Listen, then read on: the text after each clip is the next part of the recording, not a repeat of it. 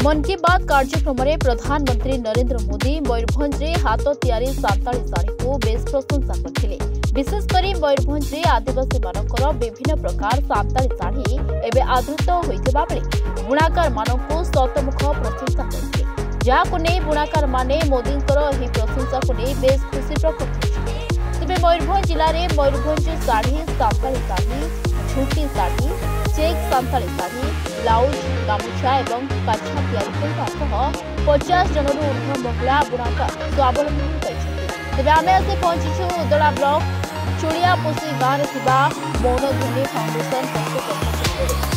मुख्य स्रोत में सामिल होगा समाज को एक स्वावलंबी बार्ता देखा कथा बेले प्रधानमंत्री प्रशंसा आगे आम प्रधानमंत्री प्रथम धन्यवाद देवा जे सी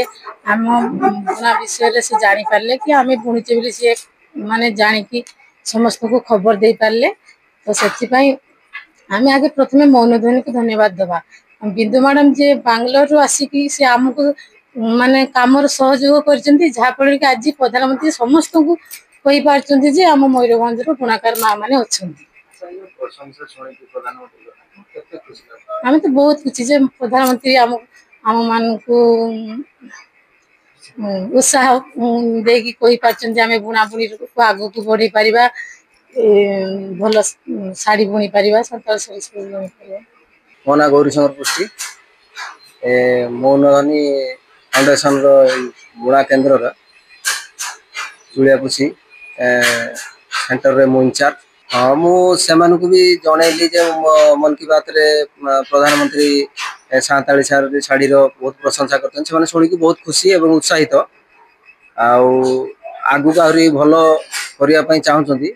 जदि किसी गवर्नमेंट साहाय्य से मिलता तो से भल बुणते और टेक्निकली डेवलप करते अन्य किसी प्रोडक्ट बाहर करते ये कम कर 50 जन पाखापाखि आमर कलर कम ये हूँ बुणाबुणी सहित तुलारू सूता भी तैयारी होची।